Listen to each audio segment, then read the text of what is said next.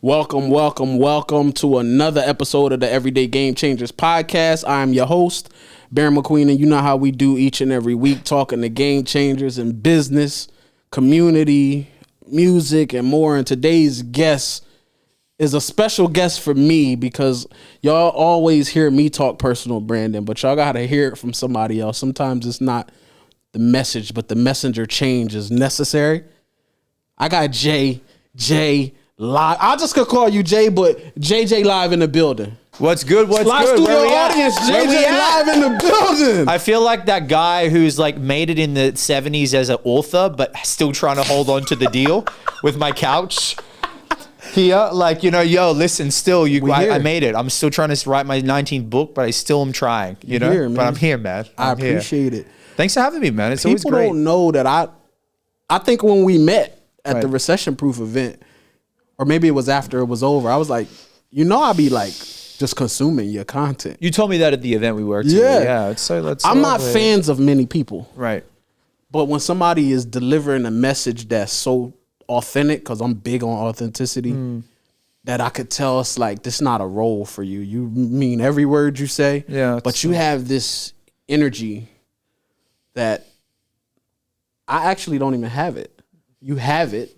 It's just style and it works for you. How do you even get into this personal branding space in general? Dude, I was a magician for 15 years.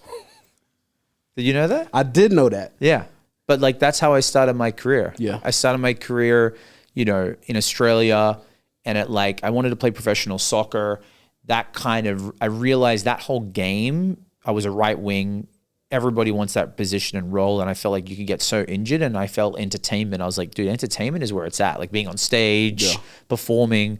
And then I saw magic at like 14, 15, and I saw David Blaine. Wow. Yeah, David Blaine, like shout outs David Blaine for Street Magic. And I was like, this is the gig. I love magic, but I fell in love with it at 15, and I just went all in. Literally 3 hours after school, playing with a pack of cards, practicing how to cut the cards with one hand. Really? And I went all in. And then grade 10, grade 11, I'm leaving the school. I went to a private school, had to go get a note from the principal to leave to go work for a gig for McDonald's, come back showing like $300 cash in my hand where everybody's working at, McDonald's, right? Wow. That was the gig for a long time. But I think that catapulted me to understanding how to deal with humans. Like now that we're in personal branding, really personal branding is people. And people is really psychology. It's like, if you know how to move people, how to make them think, how to make them feel, that's PR. Yeah. That's personal branding. It's you're selling yourself. So I think as an entertainer,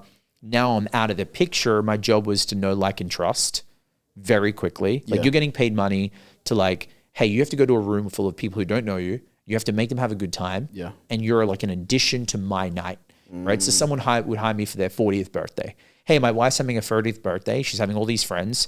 People aren't very good at communicating with people for too long. What activity are we going to do? Right. Alcohol? There's going to be more than that. Yeah. So they would usually use me as a magician. Think about it. Magician to walk the room, do magic tricks. I get it. I would hire the same person. It's a very powerful activity to have at a party because you always know your guest's going to be like good. So I had to work the room, a lot of roving magic for a long time to get people to know, like, and trust. So I was very good at that very quickly. Yeah. So I think that's why now you see it from 20 years in. Got it. This is the thing. You're like, how does this guy do it? So because I've been doing it I'm 35. I've been doing it since 14, man. What's young JJ's aspirations? Like firefighter, doctor? No, I wanted to be on stage, man. I still do. Yeah. There's something, you know Enrique Iglesias, right? He wrote this album. He said Euphoria. And they said, Enrique, why did you call it Euphoria? And he goes, being on stage full of 100,000 people who know your song is the best feeling you'll ever have in the world. And it's really true. Like I've been on a stage with there was about 6,000 people. I did this thing called YouTube Fan Fest because I did YouTube as well. And I remember standing on stage and like saying like, how we feeling? And everyone's like, yeah, dude, that's a dopamine level. Crazy. I've partied before, we've all, I've been around the blocks with girls like that being on stage with 6,000, 8,000 people, like 7,000 people and everything else, I know what he says with the Euphoria. So like that feeling of like you have them in the palm of your hand is it's very powerful if you want to use it in a good way or a bad way. Yeah. Yeah. I mean, most people, I think for the most part now, my audience knows I used to be a signed rapper. Yeah. So I got signed with Epic Records when I was 18. Wow. Who owns Epic Records? Now, the person changes so much.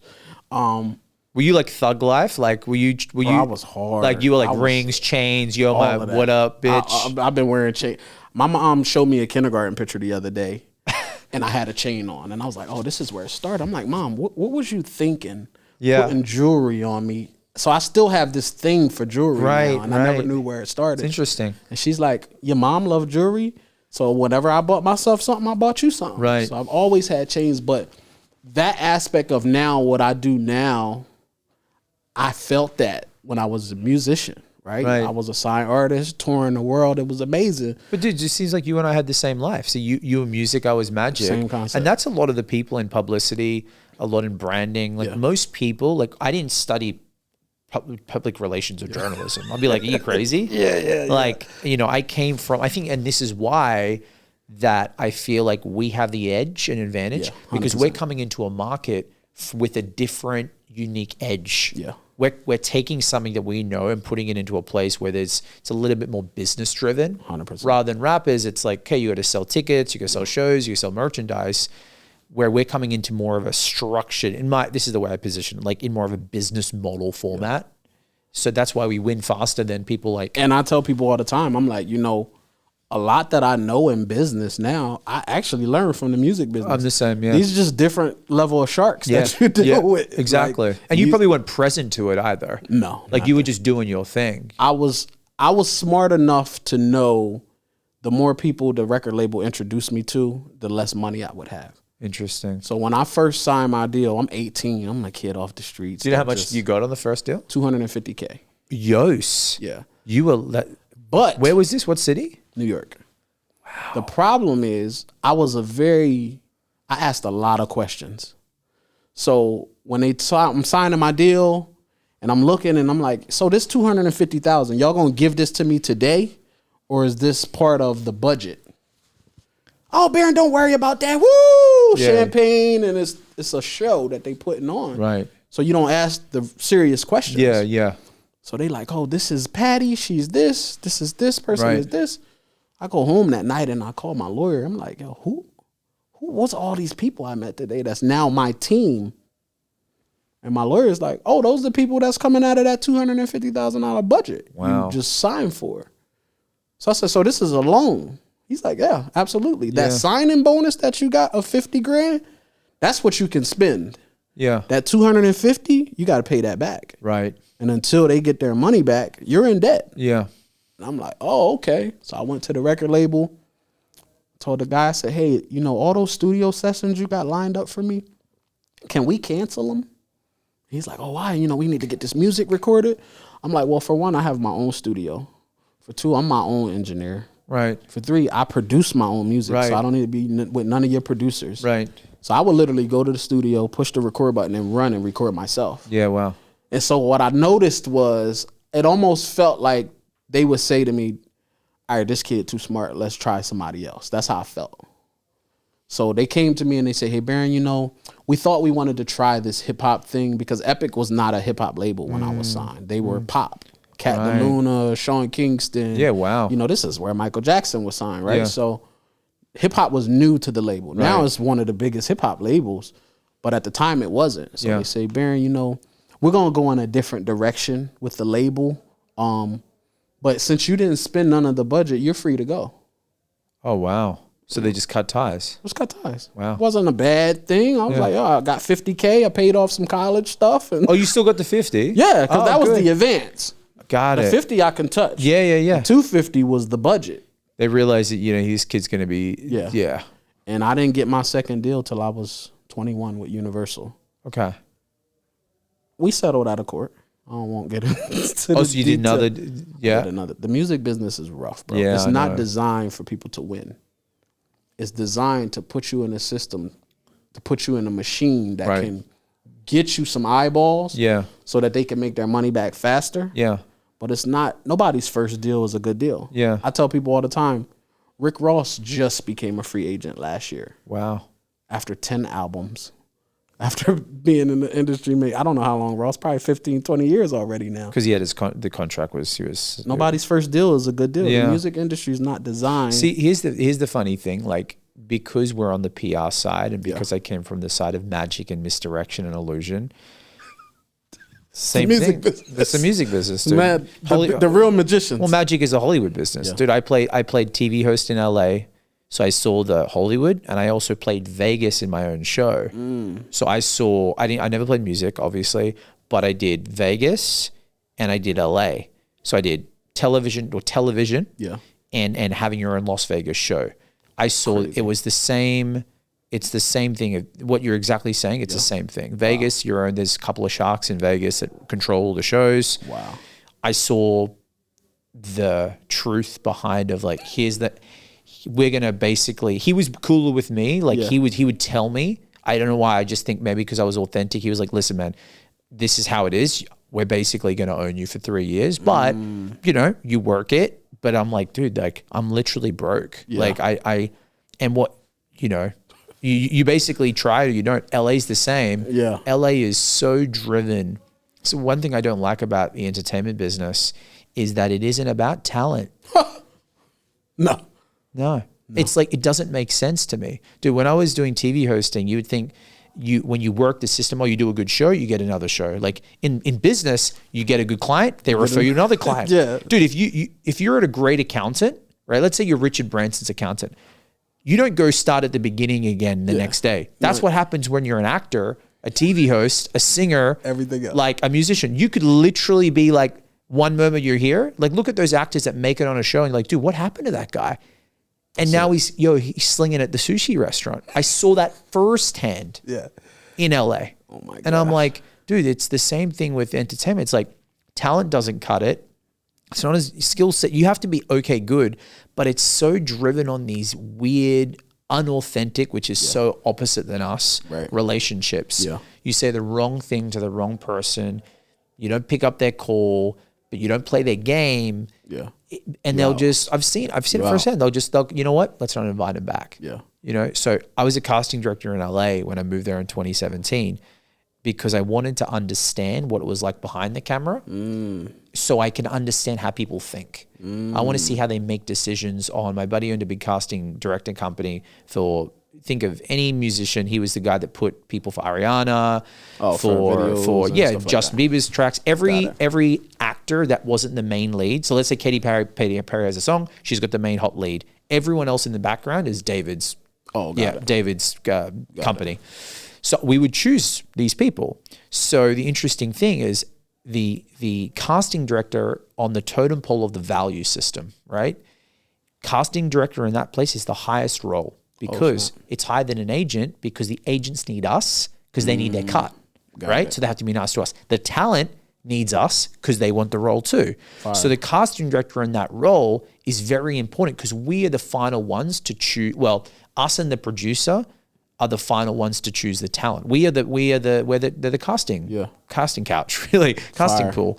So it's interesting being in that role. We were in the commercial division. Commercials are like commercials. They're not movies. But just seeing the role of power and how during that time working with David over, I don't know, year or 2 years, the power that I have because of the role that I was choosing people. You call someone, they're calling you back within a second. Yeah. I was getting gifts sent to me. When are you free for dinner at the steakhouse?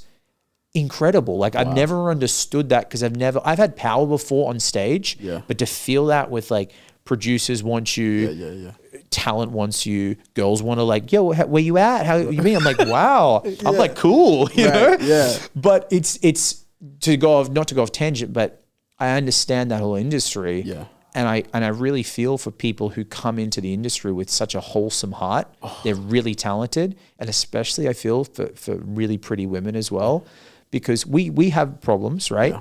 But I really think if you're a pretty girl in Hollywood, I don't know what it's like now. I'm sure it's the same. It's more hush-hush because of Harvey Weinstein, right? Probably. But dude, like a pretty girl, oh, you're good? Here's the role. They'll be like, cool, go to the club, Yeah. Like that must be extremely challenging because you always know that it isn't just your talent is going to cut you. And what's that rule? Like, how bad do you want it, and are you willing to do whatever it takes? And not every producer is going to be like, I really love your talent. You're amazing. I believe in you. It's like, sucks. I believe in you. I'm talented. Please suck my cock. Yeah. Or go sleep with my friend. Or go sleep with all the crew. Then we'll talk. That's crazy. That just must mess with your head emotionally. And I saw that. I spoke to some, like, it's normal. It's just more hush hush now. Yeah. What's your process of like coming from Australia and like, I need to get to the US? Because I was living in Asia for a long time. Okay. I loved, because my dad's Sri Lankan, and I wanted to, like, Asia's amazing, man. Like Singapore, Southeast Asia. I lived there, and I was like, I'm going to go make it in Asia because I've got this unique Asian look. Got it. But the problem that I had was I couldn't speak the language. And it doesn't matter how good you are, you're always losing if you can't speak the native tongue, period. I thought, no, it doesn't matter. No, but guess what? You're losing out because you don't know what they're saying. Of course. So you'll always be like, you don't really know how to negotiate. You're kind of trusting a counterpart to do your business for you. I'm like, bro, that's not going to work.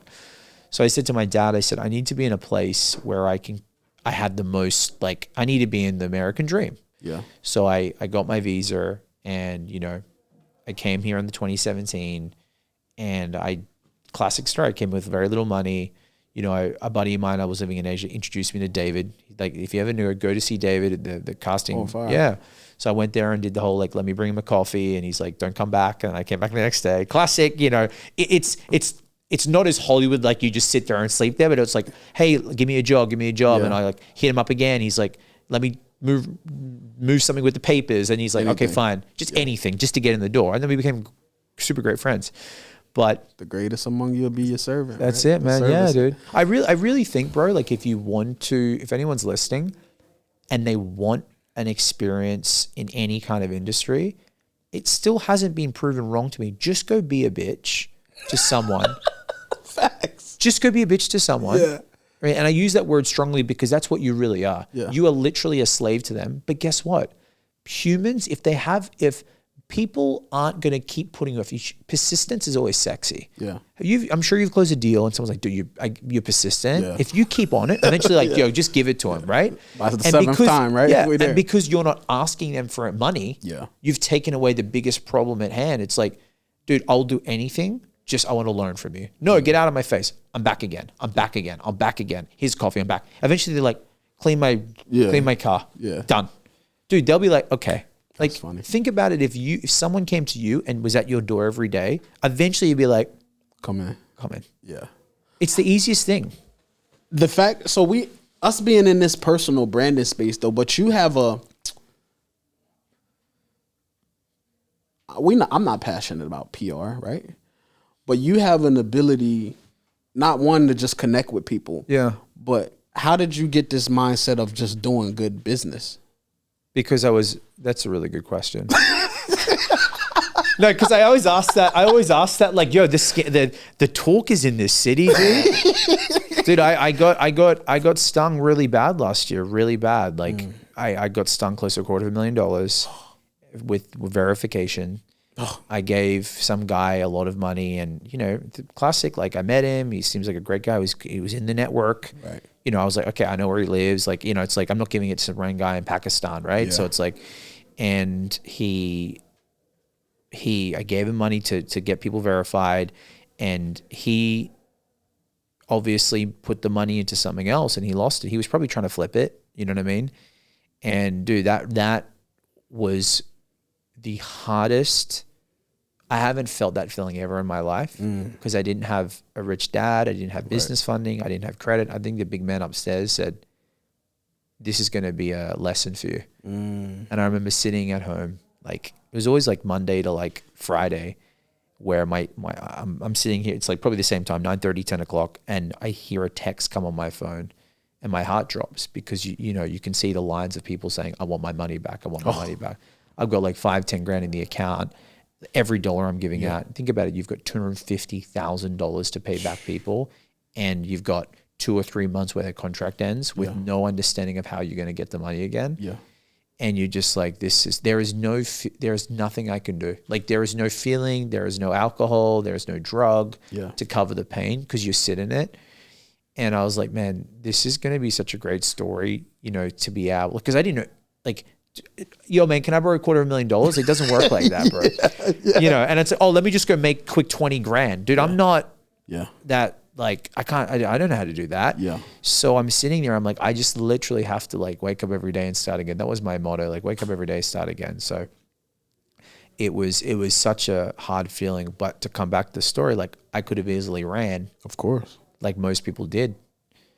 Imagine all those guys did Amazon FBA. Dude, they ran. They went to Colombia. They went to Dubai. Puerto Rico. Yeah, wherever, dude. It was out. And I said, man, this, to come back to your question, like it always comes back at you, man. Like people never forget that. I had people say, I thought you were going to be the first one to run. Right?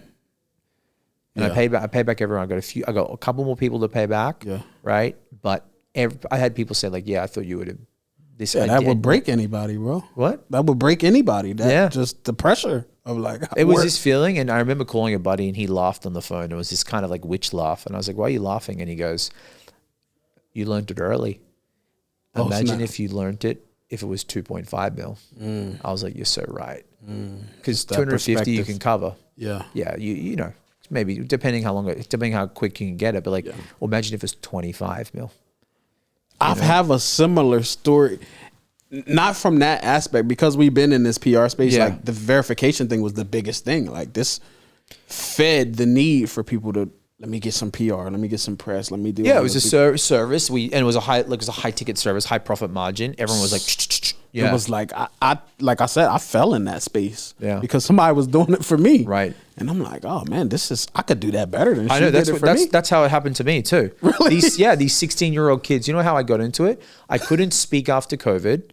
I was speaking. I wasn't really happy because but I stopped doing like shows, like magic shows. I was doing a little bit, but I was speaking, and I was speaking to corporations, but it was so bad. The sales cycle was so long. Yeah. Like there's a committee. It's always like, you never know why you don't get the gig as well. Like you send your proposal, your deck, everything.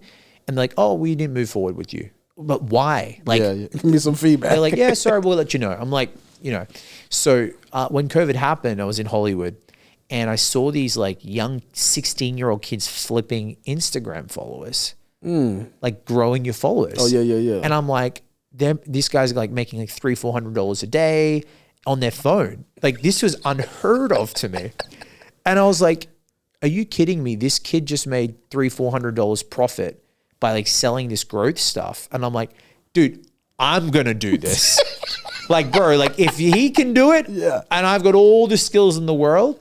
So actually that's how I got in the PR space. Wow. By selling followers and understanding I've always been a performer. I've never understood about these like brokering deals. I didn't understand all about this. So the middleman. Like, yeah, I never understood about this. And it's like, then what we did is we started I understood it, and I was like, man, if I get a team, everyone can be like, buy through me, and I'll coach young children or kids to basically have coaching, kind of like what Jason Capital was doing. Yeah. And I was like, I like this, but I'm going to do it my way. Yeah. And it gives me the feeling of coaching and helping kids and support. And we started doing that, and that's how I got into the space. Wow.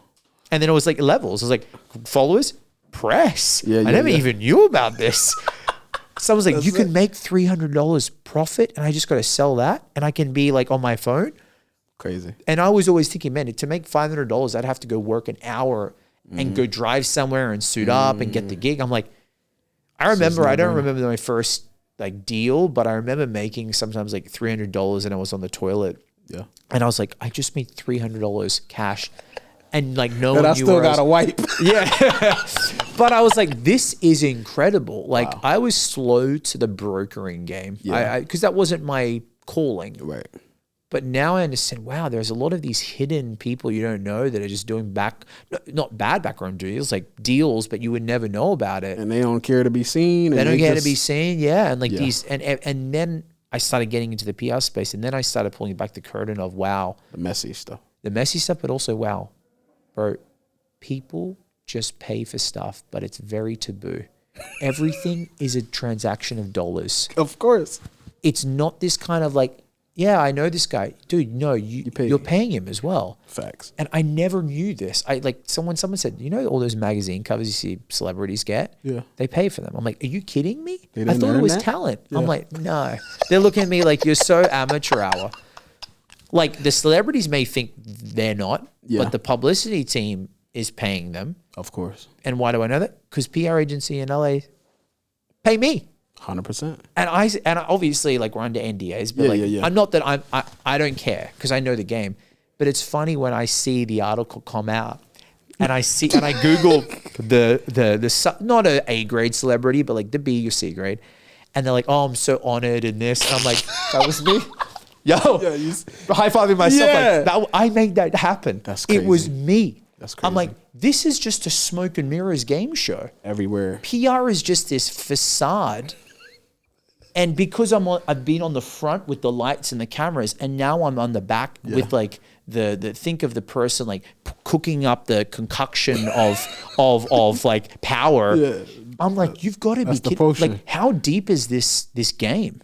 And then you think of politics and you think of like the world agendas. I'm like, dude, there are people just like us at different business levels. For the other side. On the other side, at deeper pockets that are like, okay, how do we like take down this country? And they're just having a conversation like this on WhatsApp.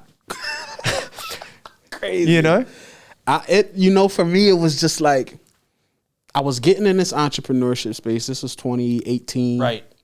I'm working at a window company selling hurricane impact windows. Okay. I'm at this company. I moved to Florida in 2013. So this is me 6 years working at this window company. I go to the owner and I'm like, since I've been here, I've been implementing strategies. And, when I started here, you was making like 2 million, 3 million a year. But now with my strategies, like you making like 8 to 10 million a year. Like, do you offer like a percentage of the ownership from this stuff I've implemented? He's like, no, if you just sell more windows, you'll make more money. Right. So I had a $60,000 base salary. Right. And if I wanted to make anything over there, I had to go sell more windows. And I did big stuff like freaking Dolphin Stadium. Like I sold big window packages, but I wasn't making no money. Right. So I'm like, you know what? This is going to be my 2 weeks.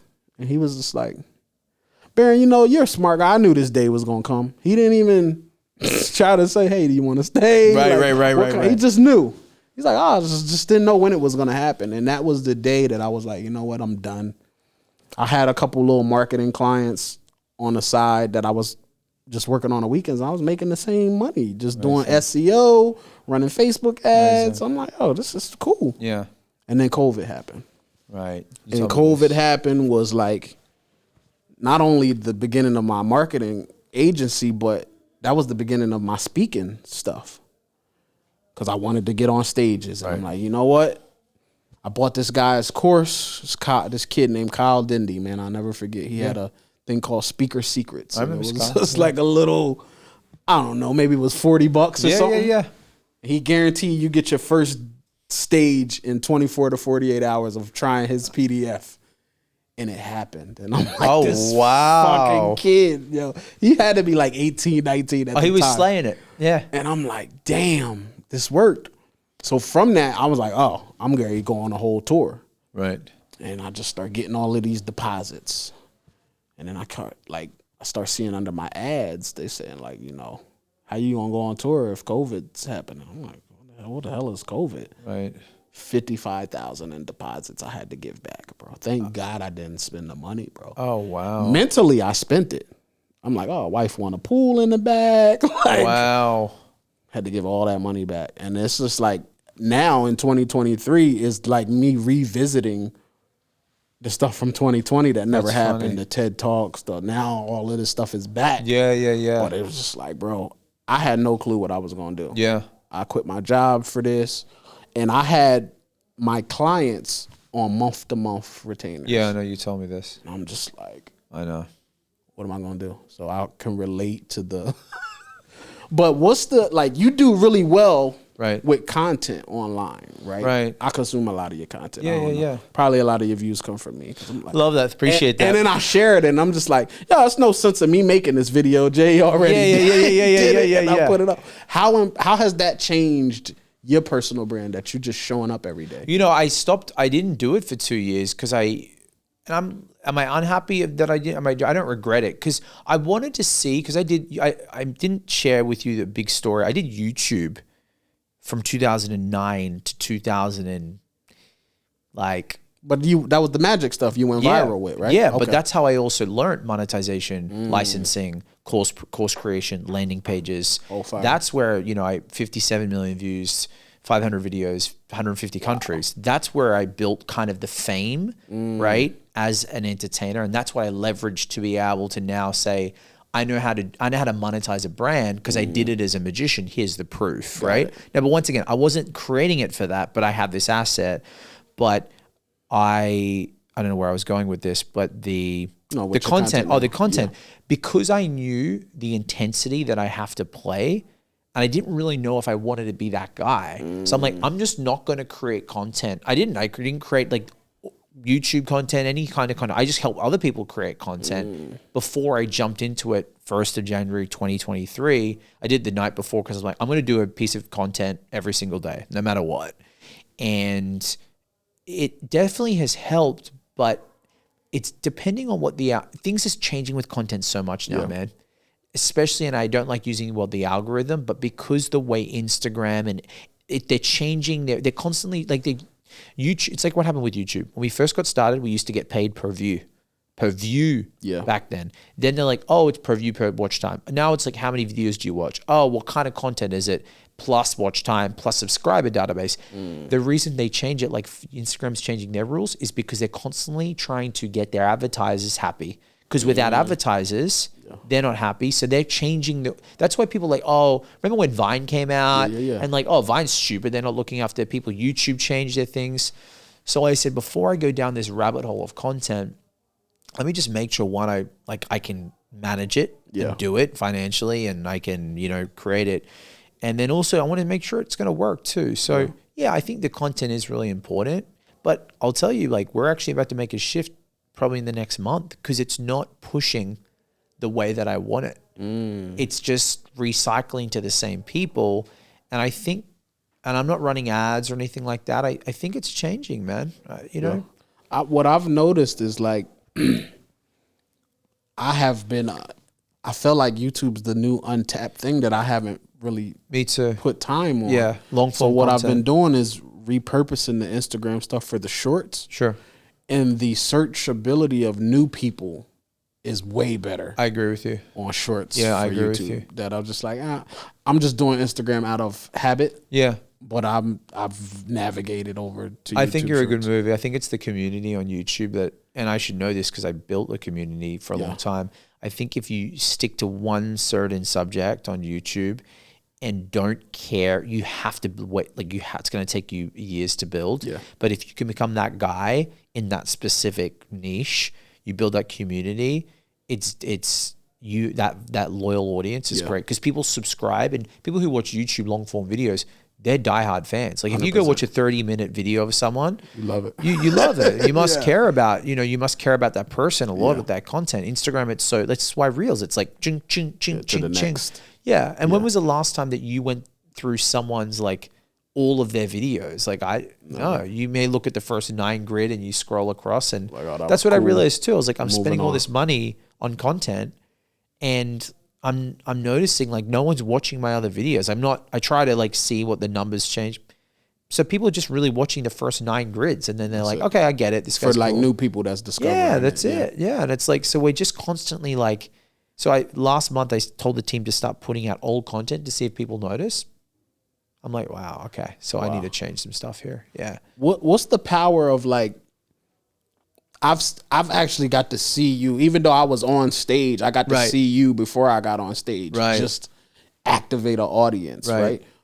How do you tell, or I guess you could almost teach people to be on stages? Like, do you feel like that's a new lane that you should really can be that guy on? I don't want getting people. You don't want to. No way, dude. You're so good at it, though. Yeah, but remember, they're not people like you. I get it. Remember Steve Harvey was with Jerry Seinfeld, and they're doing comedians in cars. And Jerry said to Steve, "Can people be funny?" can you teach people to be funny? And Steve picks up a coffee and classic Steve goes, no. He goes, man, I did improv. This. They asked me to come and talk at like stand-up comedy in LA. Yeah. And Steve goes, yo, most of you guys aren't funny. You won't make it. Like one will. Yeah. And like Jerry's laughing. Point of the reason I'm sharing that with you, man. Everybody thinks they're the next, like the amount of people say, I'm going to be, if someone says to me, I want to be the next Tony Robbins, I always know they're already, that's a disqualifier right there. Facts. Like Yeah. anyone that's good never says that. Like, and also teaching someone to be on stage and command a crowd. Yeah. You're asking someone to do the number one thing in the world that's the biggest fear is public speaking. Working a crowd, dude, is a whole, you know, I want to work with people that are already great. I'm like, dude, just change this, tweak this, this. Elevate it. Right? It's the same thing with you. Like, go and work with someone that's never started a business before. I'm proud and respected to the people that do because they have a lot of patience. Yeah. Dude, I'm not interested in dealing with them if they've never felt rejection before. Like, go and make 300 sales calls. They're going to die. They're going to, like, I don't want to, like, you can do it. You can be it. Like, I want to work with someone already running. Yeah. And like, yo, give me the edge. I'm looking for the edge people. So I appreciate that. I think I would like to, but I think the problem is, man, most of the market are the people that aren't great, that think they're amazing, that think they're like super special. Yeah. And the biggest problem they have that everybody wants, the number one pain or problem that speakers want, what do you think it is? What? They want to be on stages. They want to be on the stages that I did, that you did, but they've never done a stage. I'm like, bro, I did 17 years of this. And you're asking to be on a stage of 800 because you feel that like your story is special. Yeah. Like, get out of here. Same thing with authors. Yeah. Or your book, you deserve to sell 5,000 copies of your book. Like, no one cares. Yeah. Like, this is something that I struggle with. When I got in this entrepreneurship journey, I had a little list of people that I was just like, you know what? I like what they're doing. And I'm like, one day, maybe I could share a stage with them. And the further I got up this list, you know how they say you don't ever want to meet your idols type. I know, I can, yeah. You met some? Oh, it's a joke to me, bro. I'm just like. You think it's all facade? It's very facade? Oh. Yeah, I know. I've felt that in entertainment. I met some people. I'm like, I saw you on video. I was so like, you know, fanboy. Yeah. And I'm like, where's the magic here? Like, I'm, you know. That's what I've been feeling when I'm on these stages because we privy enough to get to see these people backstage before they hit the stage. That's where the worst is because you can literally break their whole reputation, PR, is broken in a second. And it's usually night and day, isn't it? It's never like, oh yeah, they're the same. They just probably like, you know, they may need a coffee. Yeah. It's literally like they're swearing behind stage and they walk on and now start singing Jesus songs. It's 100%. Like, who's like, bro, my bum was bipolar and she would never admit it, but I don't like Dr. Jekyll and Hydes in my life. Yeah. You know, this is why we connect because this is what I'm like. This is like, if we turn the cameras off, I'm not going to be like, yo, what the fuck? Or I'm not going to be super shy. Like, dude, this is what I'm like. Yeah, real life. The authentic part. Yeah. I was backstage. I was about to speak on stage. Maybe it wasn't a big audience, maybe 2,000, 3,000. That's entrepreneurs. It's a huge room, dude. I'm sorry. I'm like, I was in the music business. So these numbers that's true. Are small. Yeah. When I used 3,000, it's a lot for a stage. Yeah, because it's a big hook guest. Right. I call these the got it. The headliner guest, right? And I'm backstage. Where was this? Miami? Texas. And I'm backstage and I'm just like seeing these other people that I admire because I see them on social media and I see them and I know they got big followings and I'm like, everybody's in a corner going through these like rituals. And I'm just like, where's the food? I'm all in the fridge, excited to meet everybody. And they're just like, one guy's like punching himself. Like one guy's just like hyping himself up. It's the weirdest green room I've ever been in. And I'm like, is this what goes on? And my cameraman is like, Barion, man, what's going on back here? Like, I'm like, yo. And that's the part that I'm like, oh, everybody's WWE. Everybody's playing this professional wrestler. Yeah. That when the music hits and they come through the curtain, they have to turn it on. And I'll tell my cameraman, I'm like, I can't be that. Yeah. I didn't prep for this. Right. I'm gonna go out there and this is just gonna be me. The thing with WWE though, it's they're allowed because it's a character, right? Yeah. But the problem with speakers, and I'm the same thing with you. People have this portrayed when they look down the lens of the camera, and they're this sincere, perfect person. And then they're like this completely opposite person off. And I understand it because we come from the entertainment business. Yeah. A lot of these people have never had a camera on them. So like they probably never felt fame, power, fan base. Yeah. Dude, it's a drug. Yeah. We've had it young. Yeah. So I had it like this. Yeah. So for me, like there can be 20 girls here, cool, right? And camera's great. But you gotta remember, most people were like really good at what they do. Now they got a fan base and people want to have sex with them. Guys want to have drinks with them. I get how they would probably. It's hard. I'm sure it must be hard for them. Yeah. It was the weirdest thing to me, and it was just like, man, I was so turned off. I know. On this, I felt that too. That I'm just like, man, like this can't be. I feel like the more I get up this ladder, everybody's a scammer. I know. I feel like everybody's running a play. Yeah, everyone's Dr. Jekyll and Hyde, man. It's just like 1 week everybody is like, I'm doing this. Next week they cleaning credit. The next week I seen your video. Yeah. That's like, yo, you was cleaning credit. Yeah. Now you're doing crypto. You're an AI expert. Yeah, now you're an AI expert. I said the other day, like, hey, what's with all these AI experts? Dude, you were doing real estate 3 days ago, crypto 6 months ago, Amazon FBA, right? You've been bouncing around careers like bouncing around girls. You just bum.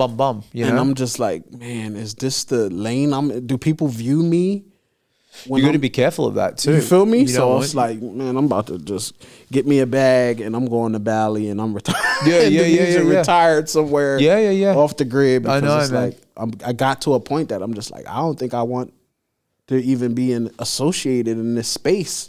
Nobody's doing real good business. It's like a play always, and I'm like, I don't like it. The more I dig, or the more I don't do a huge amount of business in Miami just because I haven't needed to, and it's not that I'm egotistical not to go out and find for it, but it's just like it's I'm doing other deals around the world, so it's fun. It's like I like Miami, but I didn't realize you're right, this city is like. It's just this smoke show, and it's like, my gosh, the amount of scams and moves and plays and whether it's not like a huge scam, but it's just bad business. 100%. Like, it's just bad business. It's just like very hot shot, like the ethics go out of the window. Like, I met this guy and I went to this event. I went to this event because it was something for sickle cell. Charity event, Miami Beach, nice house, boats. All the guests are pulling up on the water. Okay. Right? So it's either a boat, a jet ski. I'm like, must be some high level people here. So I'm talking to them. I'm like, yo, everybody that came here had a jet ski and a boat. Like, I'm freaking behind in life. Yeah. She's like, oh no, that was part of our VIP package. So these Lambos and stuff that people pulled up, we provided that for them to make an entrance. That's part of the package. Nice. Yeah. And I'm just like, what? Yeah. This is Miami. Welcome to Miami. See, if you're smart, you know, it's like this is where the bad and fun manipulation starts. If you know how people think, feel, and move, you can play into that. You know, I try to play I play the good side of it. You know, enhancing people's vision and what they really want to do. But I get it, man. If I had that, like that, the good way is like the slow way to the money, right? Yeah, but you know what? I'm in this forever, man. You sleep good at night. Yeah, dude. I've worked at a nightclub before in Asia, and you know, the Playboy brand, and my buddy owned the Playboy club in Asia, in Vietnam, and I got to run it. I got to be the guy, like I run the club. Yeah. Dude, I felt it was cool for 2 weeks, and then the next 6 months. Yeah. But I saw my life ahead of me of like, wow, you're going to bed at 7. You're always constantly, there's always alcohol in your system. Even if you don't drink for 3 days, it just never leaves. Just hung out there. You're just in this life of facadeness because people are coming in, putting on a different like a different suit of themselves. They work all day. They want to go and let steam off. They're not like good day. They want to party. They want girls. They want drugs. Like, And I'm like, you're constantly in a place where you're like a servant to them because they're like, I'm throwing money, I want bottle. They become this different person. Yeah. And you're constantly tired. And I'm like, I see how this rabbit hole of like the nightlife, dark side clubs, girl, like this isn't a good chess move for me. Right. I said, I'd be very good at it. Yeah. But like mentally, emotionally, I'm like, I can see going down a very dark path. Yeah. You know? When I moved to South Florida, my background was civil engineering. Right. So when I moved here in 2013, I literally came here with a car full of sneakers and a laptop. Wow. I had maybe 2 months worth of my bills stacked up to be able to survive. And then I get here and none of the engineering firms is hiring. So I start doing loss prevention at the Kmart in my neighborhood. Right. So I meet this guy. He's like, yo, man, I met him on South Beach. He's like, oh, man, I'm a club promoter, man. You should come out tonight. Man, you new to the city. Let me show you a good time. I'll never forget this guy named Marley. And so I'm like, yo, so like, how do people make it here in Miami? He's like, oh, everybody starts off as a party promoter. Yeah. Like, what? Yeah, that wouldn't surprise me. I was like, a party promoter? He's like, yeah, just like how I got you here tonight. I'll take you under my wing and I'll show you how these Miami nights go. Yeah, yeah. I'm just like, I go home to my girlfriend. I'm like, I'm not gonna, like, I just left the music industry trying to get away from being at the clubs and the strip clubs. Like, I'm trying to have a toned down life now. I'm in the second half. I'm 30. Yeah. And she's like, oh, yeah, I don't like that for you anyway, because I'm not going to be with you if you're going to be out with bitches every night. Coming home with lipstick. Yeah, of course, yeah. And I'm like, no, I'm just club promoting. Right. This is what you got to do. Yeah, but. And I'm like, nah, but that's what he told me. The barrier to entry when you come to Miami, that's where you start. You start at party promoter, and then you work your way up. That wouldn't surprise me. You get your own night. Ladies' night is just night now. It's so funny. And I'm just like, yo, this could not be. You have your community. Yeah, but then like that's same thing in Australia when I wanted to always like, you know, work at a nightclub and like be that guy, that cool hot promoter. And, but I just kept seeing where this goes. Like, I'm going to be a drug dealer for sure. Like, and I'm going to get caught straight away for sure. That's the next. I'll be like, yeah, you want it back? I'm going to jail. Shit, I didn't mean to say that. Yeah. But it's like, but it just doesn't. It's like every guy that I know in Australia, for example, that still, dude, I got to be careful about saying this, but like, then I don't aspire to be their life. Like the guys got in, they got out, or they, you know, some guys obviously run a hospitality group. I don't know. I just, for me, firsthand, like for me, I just don't see it's a super powerful way of living because it's a nightlife business where most people are playing a character because they need to escape the reality, the matrix. And you've got alcohol, drugs, girls, that vibe. Like, of course, you're playing with fire. Yeah. So do you know most of the real estate agents here are like OnlyFans girls? Probably wouldn't surprise me. That wouldn't surprise. Have you heard of a skinny BBL? What's a skinny BBL? Bro, the stuff that I have been in the studio, I'm around a lot of models, right? Shooting this girl, we was shooting because I do photography, and this girl's like, "Oh yeah, that's from my skinny BBL," and I'm looking and she's still skinny, so I'm like, "What's a skinny BBL?" Right? She's like, "Well, I didn't have enough weight to get the regular BBL, so I had to gain weight for them to be able to take some of the weight." That's hilarious. The stuff you hear in Miami, I can't make it up. I would just love to see like what is the cheapest plastic surgeon in this city. Like, I could just probably rich. Yeah, no, but I'd love to see the quality of people coming. Just like go to South Beach. Yeah, I know. You'll see it. You'll see it. This city doesn't surprise me though, man. Like that's what I mean. Like, and this is the other thing I want to share. I'm happy I came here older. Dude, if I came here at 24, I'd be all over the place. Boston. Came here at 28. Yeah. Like, you know, we didn't get into my story, but like 27, I went to LA. So what's 2000? I'm 35 now. 2017. What are we now? So it's 6 years. Yeah. So 20, so 29, 28, 29. Like it was tough for me, man. Yeah. Like I fell into some dark times, some drugs, some alcohol, and you know, it was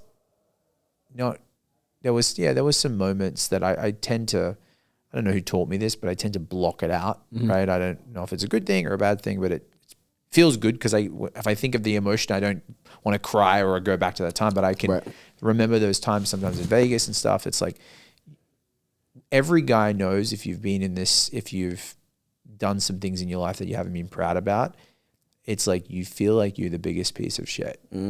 Like go back to that time when you're in that moment and you're like, what kind of person am I? You know, and it's never someone else. You're looking at yourself. And there are like definitely moments and chapters in LA where I don't know what happened. I had the highs and lows. I was on a show. I didn't have anything to do for 4 days. And you feel, it's interesting. I never thought I would be that guy to like drink. Like I drink. Yeah. You know. Like socially though. Yeah. And I mean, I don't even now, because I can't recover that fast. Yeah. But, you know, back, 10 years ago, but it's like, it's like going out and drinking because like I'm purposely going out to like escape pain. I'm purposely going out and doing drugs. Yeah. Like I'm planning it. How my night gonna go? Yeah. Going out, I'm gonna get fucked up. I'm not even that. I know what's gonna happen. Yeah. And all I'm thinking about is that. And it's like to turn a circle here, like I think I understand what actors go through and why. And obviously I didn't make any huge amount of money at all in LA, but I know that feeling of like being on top of the world one day.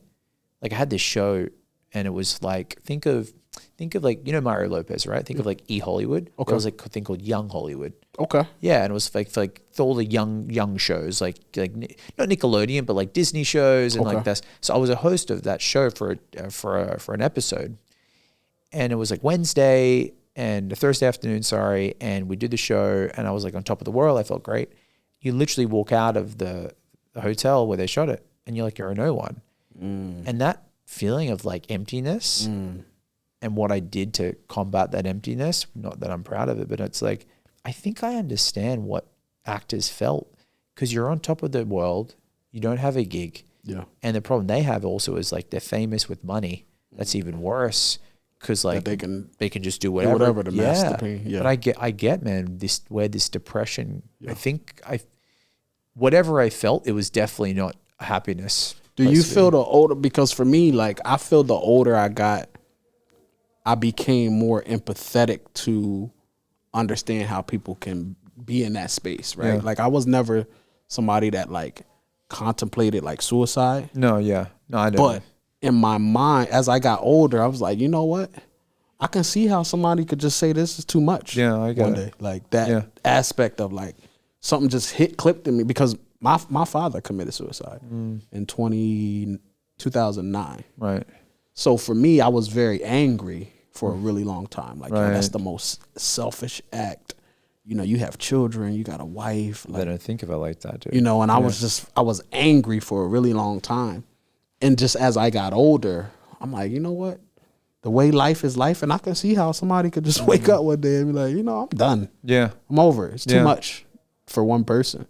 How do you like mentally, when you go through those highs and lows, what snap to just get you out of it? Like it's different. Now it's different. Yeah. Because I realize it's another day, but like this is why I'll come back to that question. Like, this is why entrepreneurship is not meant for most people. Like, get away the word entrepreneurship. Like, are you ready to feel the feeling of angst, uncomfortableness, not knowing where your next paycheck is going to come from? One day you make it, one day you're not. Like, now we can handle it because I felt that emotion before. I'm like, yeah, I felt that before. Yeah. Like, I got rejected 20 times today. Yeah, whatever. Like, no, it doesn't mean no. Yeah. I'll call them next week. You know what I mean? Like, they didn't tell me to fuck off. Like, they're not telling me, there's a line. But a lot of people cannot deal with that. That's why most people want to go to a 9 to 5. So back when I had some hiccups in LA, for me, I don't know if it was ego. I didn't need, not refused. I'm sure a lot of people can understand this listening.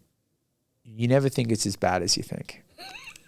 Yeah. So you never think, it's classic, I'm not as bad as that guy. So I don't need to do what that guy did to go get help. Got it. But there were some points, that I was like, maybe I should go LA is full of free treatment centers for a reason. Like 1 o'clock in the afternoon. Oh, there's one down the road. Yeah. In Hollywood. No, this is like next door in like the suburbs, But,